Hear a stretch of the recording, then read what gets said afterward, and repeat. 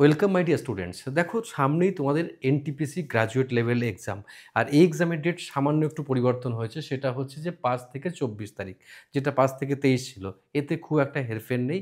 কিছু মানুষের পরে পরীক্ষা পড়তে পারে।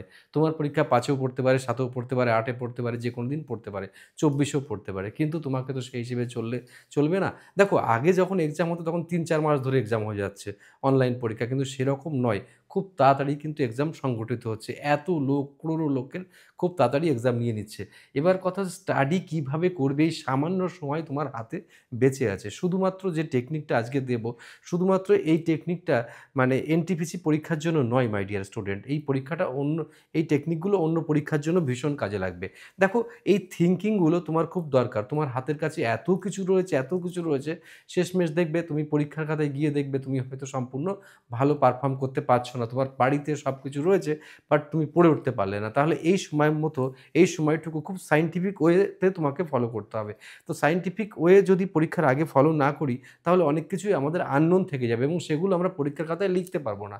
তো চলে যাচ্ছি প্রিয় স্টুডেন্ট। তাও সবথেকে যেটা প্রবলেম, এখন তো আমাদের যে তপবনে যে সিস্টেমটা চলে, সেটা হচ্ছে অল টাইম একটা সিস্টেমের মধ্যে বেঁধে রাখা হয়।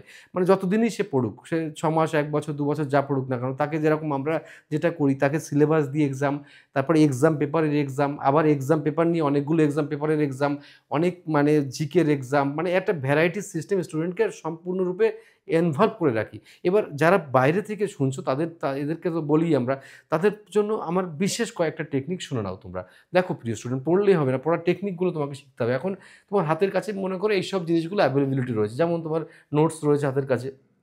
তুমি যদি কোচিংয়ে পড়ো, কোচিং না হলে নিজেরা, আজকাল তো কোচিং নিজের যা হোক মানে জোগাড় যন্ত্র করার দিকে সবাই ওস্তাদ আছে, সবার সব কিছু রয়েছে।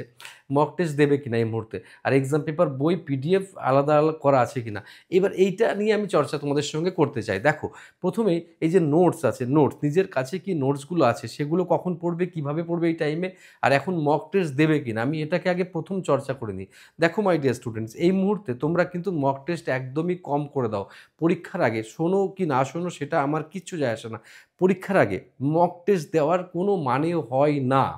তার কারণ পরীক্ষার মানে দিনে, দুদিনে একটা বা 3 দিনে একটা দেওয়া যেতে পারে। কিন্তু রেগুলার মক টেস্ট পরীক্ষার সময় দিলে কোনো লাভ হয় না। কারণ অধিকাংশ স্টুডেন্ট, 99% স্টুডেন্ট কী করে, মক দিয়ে সেই মকটা কিন্তু আর মেলায় না। মকটার কী হলো অ্যান্সার, অ্যান্সারটা মেলায়, কত পাচ্ছে সেটা মেলায়। তারপরে কিন্তু কেন ভুল গেল, কোন কারণে ভুল গেল, সেটা যদি ডিস্টিংগুইশ করতে হয় একটা কোয়েশ্চেন পেপারে, মূলত 3 থেকে 4 ঘন্টা না হলে পুরো কোয়েশ্চেন পেপারটা কমপ্লিট করা যায় না। তো এই ধৈর্যটা অনেক স্টুডেন্টের নেই, আর আসেও না, সম্ভবও না পরীক্ষার আগে। তাই পরীক্ষার আগে যত কম পরীক্ষা দেওয়া যায় ততই তার কিন্তু মঙ্গল। তো সেইটা মাথায় রাখতে হবে আমাদের। আরেকটা হচ্ছে যে এখন মক টেস্ট না দিয়ে তুমি একটা কাজ করতে পারো। তুমি এতদিনকাল প্রচুর এক্সাম দিয়েছো, সেই এক্সাম পেপারগুলো তোমার হাতে রয়েছে, হার্ড কপি থাকলে সবথেকে ভালো হয়। সেই হার্ড কপিগুলোতে কী করবে, তুমি মানে ওই লাইন বাই লাইন কিন্তু পড়তে থাকো, আর খুব স্পিডে। এখন তোমাদের যেটা করতে হবে, এই যে এই জিনিসটা বোঝে না, রিভিশনের ট্যাকটিক্সটা বুঝতে হয়, খুব স্পিডি হতে হয়। মানে তুমি চোখে দেখছো, মুখে বলছো না, এমনভাবে দেখে কিন্তু কমপ্লিট করতে পারছো। এমনও কোয়েশ্চেন এমনভাবে করতে হবে, মনে করো তুমি মুখে কিছু বলছো না, তুমি দেখা গেল অপশনটা দেখে অ্যান্সারটা, কোয়েশ্চেনটা করে ফেলতে পারছো। তো মনে করো আমি একটা, নিউ দিল্লি হচ্ছে আমাদের রাজধানীর নাম, মনে করো দেশের রাজধানী। তো আমি নিউ দিল্লি দেখে বুঝতে হবে যে আমার কোয়েশ্চেনটা হচ্ছে কি হতে পারে। ব্যাপারটা বুঝেছো? মানে এই রকম টাইপের যদি পড়ার অভ্যাস করতে পারো, এই ট্যাকটিক্সটা ভীষণ উপকারী। আমার স্টুডেন্টদের আমি বলি, কিন্তু শোনে কজন? শোনে না। ভুল করার পরে তারপরে বোঝে। তো দেখো, এই সেই তারপরে নোটস মেটেরিয়ালগুলো, এই মক টেস্টের ব্যাপারটা আমি একদম ক্লিয়ার করে দিলাম।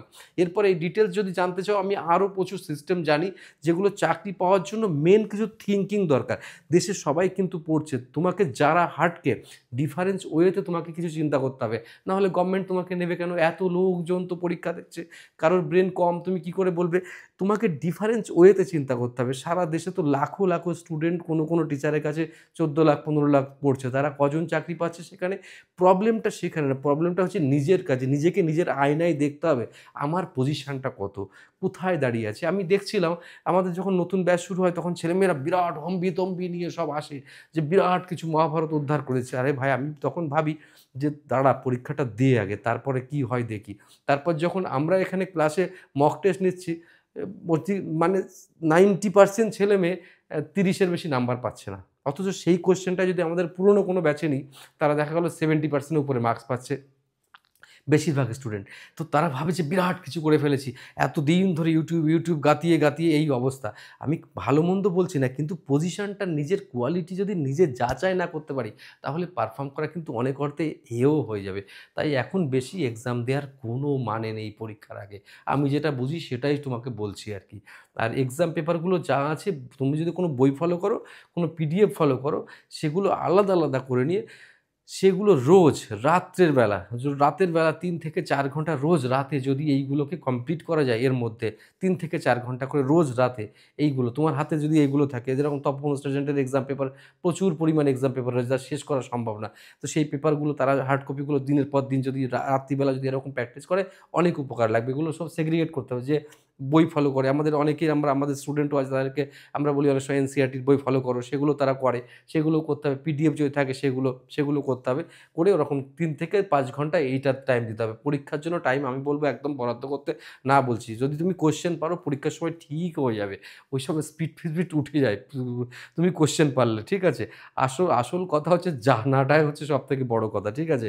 দেখো, নোটসের ব্যাপারটা যেটা বললাম, তুমি যদি কোনো কোচিং সেন্টারে পড়ে থাকো, তাহলে কোচিংয়ের নোট আছে। আমি বলব কোচিং সেন্টার, যেকোনো কোচিং সেন্টারে আমি ভালো বলব, বা আমি খারাপ বলতে চাই না। কারণ প্রত্যেকেই চায় যে স্টুডেন্টের উপকার করার জন্য।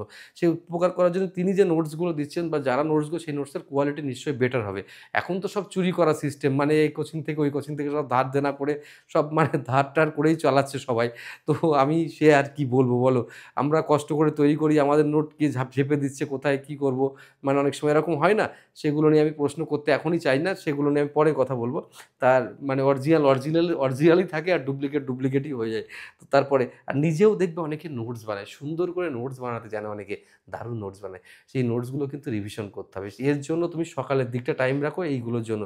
এগুলোর জন্য সকালের দিকটা টাইম রাখো। আর মক টেস্টের জন্য একদম কম টাইম রাখতে বারণ করেছি, কম রাখো। আর এইগুলোর জন্য ৫-৬ ঘন্টা। মোট আমি বললাম ৮ থেকে ৯ ঘন্টা টাইম এখন দাও। আর যারা চাকরি-বাকরি করো, তোমরা যেখানে চাকরি করছো সেখানে যদি সুযোগ পাও একটু পড়ো, আর না হলে রাত্রিবেলা সময় পেলে সেরকম ম্যানেজ করে চলো। তাহলে এখন আপাতত এই সিস্টেম করো। আরেকটা কথা বলি, পরীক্ষার আগে রে করে ওরকম করে মানে উঠার দরকার নেই। একদম রে করে তেড়ে আসার দরকার নেই যে পরীক্ষা বলে বিরাট কিছু ৪ টে হাত পা গজিয়ে যাবে, পৃথিবীকে মহাসাগরে নিয়ে চলে যাবে। এরকমভাবে সম্ভব নয়। পরীক্ষা হলেও তুমি মানুষটা তো চেঞ্জ হয়ে যেতে পারছো না এখনই। তোমার মধ্যে যা গতিশক্তি আছে সেগুলোকে ভীষণভাবে কাজে লাগাও।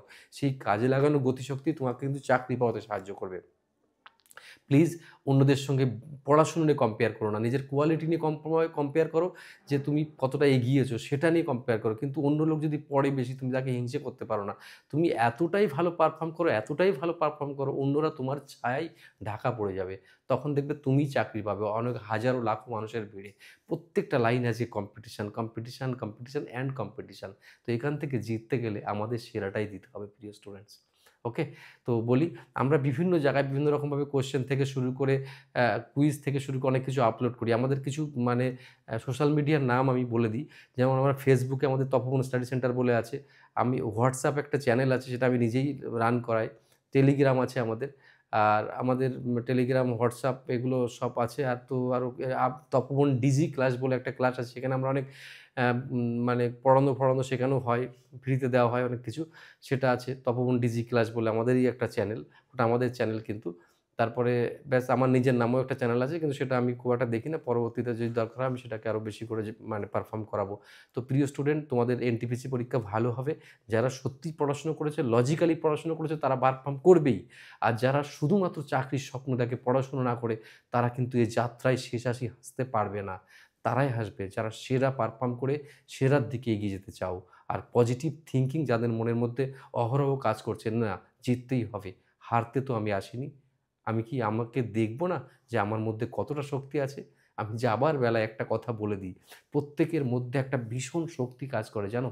আমাদের ভারতবর্ষের মধ্যেও একটা বিরাট বড় শক্তি লুকিয়ে ছিল, সামরিক শক্তি। তা এবার যুদ্ধ দিয়ে প্রকাশ পেল। সেই যুদ্ধে আমরা জয়লাভ করলাম। তার ফলে কি হলো জানো তো? তেজস ব্রহ্মাস্ত্র এখন সারা পৃথিবীব্যাপী তার বিরাট ভ্যালুয়েশন বেড়ে গেল। সবাই এটাকে আমদানি করে কিনতে চাইছে। আর ভারতীয় এখন রপ্তানি করার পরিমাণ অনেক বেড়ে গেল, প্রিয় স্টুডেন্টস। তাই নিজের শক্তি যখন জাগ্রত করতে চাও, আশেপাশের মানুষ তোমাকে দেখবে, এই ছেলেটি চাকরি পেয়েছে, এই ছেলেটি রেলে চাকরি পেয়েছে। এই যে আনন্দ, এই খুশির দিনের জন্য সবথেকে সেরাটা দাও। তাছাড়া যে উপায় নেই, প্রিয় স্টুডেন্টস। বেস্ট অফ লাক, খুব ভালো থেকো। অনেক অনেক ভালোবাসা নিও।